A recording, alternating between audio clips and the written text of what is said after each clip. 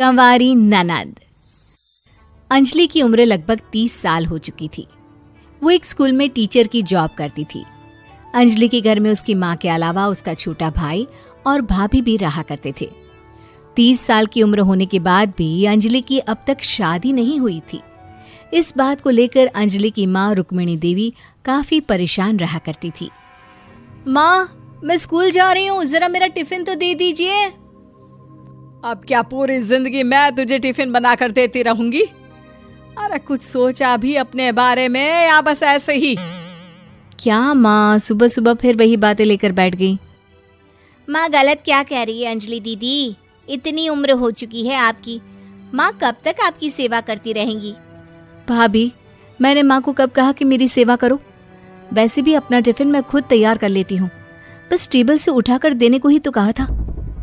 वैसे अंजलि दीदी, देखा जाए तो टिफिन उठाकर देने की उम्र तो आपकी है। आपका अपना घर परिवार बच्चे होते तो ये जिम्मेदारी आज आप पूरी कर रही होती। एक बात मेरी समझ में नहीं आती, अगर मेरी शादी नहीं हुई तो इसमें मेरी क्या गलती है और तुम सब लोग मेरे पीछे क्यों पड़े रहते हो? अरे कुछ कहना क्या पीछे पड़े रहना होता है? अपने छोटे भाई को देख, तुझसे 3 साल छोटा है लेकिन 2 बच्चे खेल रहे हैं आंगन में। मुझे आप लोगों की कोई बात नहीं सुननी, जा रही हूँ मैं। और आप में से किसी को मेरा कोई काम करने की जरूरत नहीं है, मैं खुद संभाल लूंगी। इतना कहकर अंजलि वहां से चली जाती है। शाम को जब अंजलि अपने स्कूल से लौटकर घर वापस आती है तो उसने देखा कि पड़ोस वाली निर्मला चाची वहां पर बैठी हुई थी। क्या बात है अंजलि बिटिया, नौकरी करके वापस आ गई? जी चाची जी, कैसी हैं आप? मैं तो ठीक हूँ बेटा, तुम बताओ शादी के बारे में कुछ सोचा या नहीं? अरे रहने दीजिए ना, इससे तो शादी की बात करना ही बेकार है। कुछ भी कहो तो गुस्सा करती है, बात बात पर आंखें दिखाती है।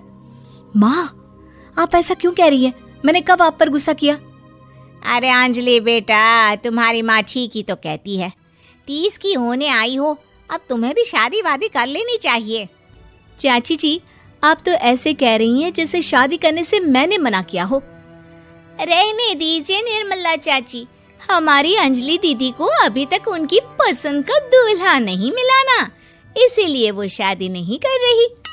भाभी, ऐसी कोई बात नहीं है। अरे तो फिर क्या बात है? तुम्हारी माँ ने तुम्हारे लिए इतने रिश्ते ढूंढे लेकिन तुम्हें कोई पसंद ही नहीं आता। क्या है ना चाची जी, हमारी ननद रानी नौकरी जो करती है ऐसे ही थोड़ी ना किसी को पसंद कर लेंगी। अरे भाई, नौकरी का घमंड है तो बात अलग है, कोई और बात हो तो बताओ, कोई रास्ता निकाला जाए। नहीं चाची जी, कोई बात नहीं है, बस मुझे अभी तक अपनी पसंद का कोई मिला नहीं है। सुन लिया आपने? इस लड़की के तो पर निकल आए हैं और इतनी उम्र में अपनी पसंद का कोई मिलेगा भी नहीं इसे। माँ, आप मेरी शादी को लेकर हमेशा मुझे ताने क्यों मारती रहती हैं? अपनी माँ की बातें तो ताने लगती है। ताने हैं? बताओ, मैंने कुछ गलत कहा क्या? देखो, ये सब छोड़ो, मेरी दूर की बुआ का बेटा है, उसकी अभी शादी नहीं हुई है, उम्र होगी कोई 34-35 साल। आप कहें तो बात आगे बढ़ाऊं? अरे हाँ हाँ, क्यों नहीं, ये भी कोई पूछने की बात है। अरे जल्दी से लड़के को यहाँ बुला लो। माँ, आप मुझसे पूछे बिना मेरी शादी की बात करने जा रही हैं और मेरी उम्र 30 भी पूरी नहीं हुई है। निर्मला चाची कह रही है कि वो लड़का 35 साल का है। अंजलि दीदी, आपको क्या लगता है इस उम्र में कोई फिल्म का हीरो आएगा आपके लिए?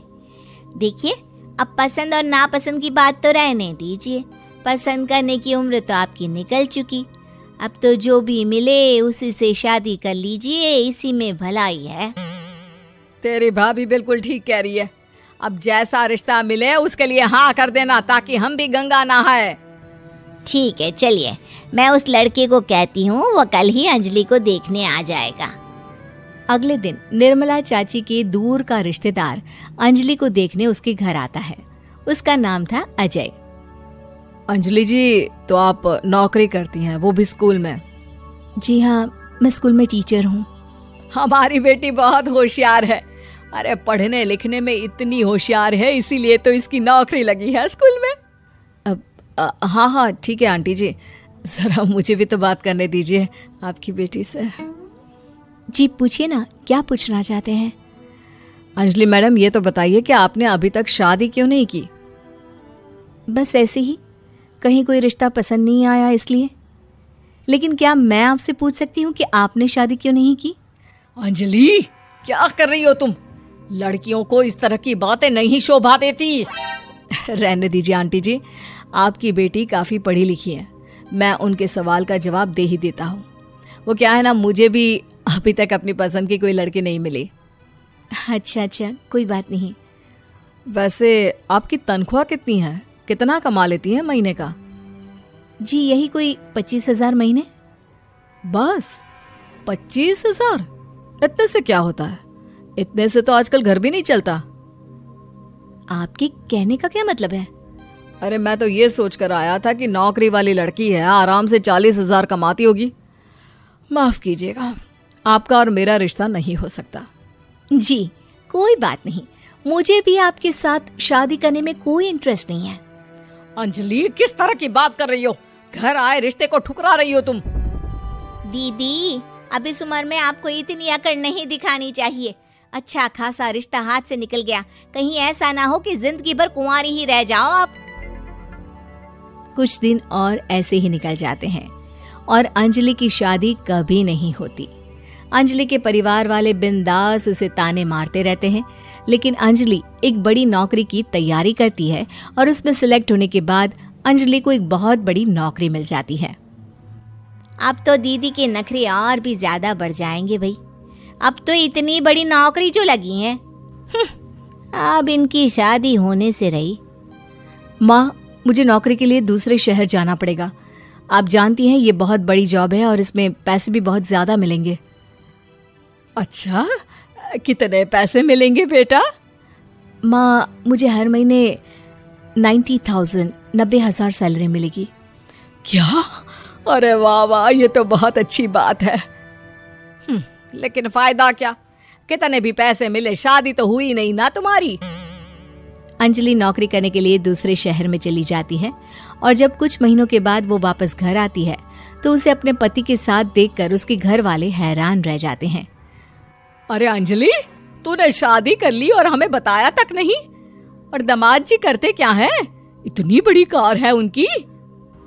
माँ, मैं आपको सब कुछ बताना चाहती थी, लेकिन आप सबके ताने सुनकर बहुत दुखी हो गई थी और इसलिए मैंने अपनी पसंद से शादी कर ली। मेरे पति मेरे साथ ही ऑफिस में नौकरी करते हैं और बहुत बड़े अफसर हैं।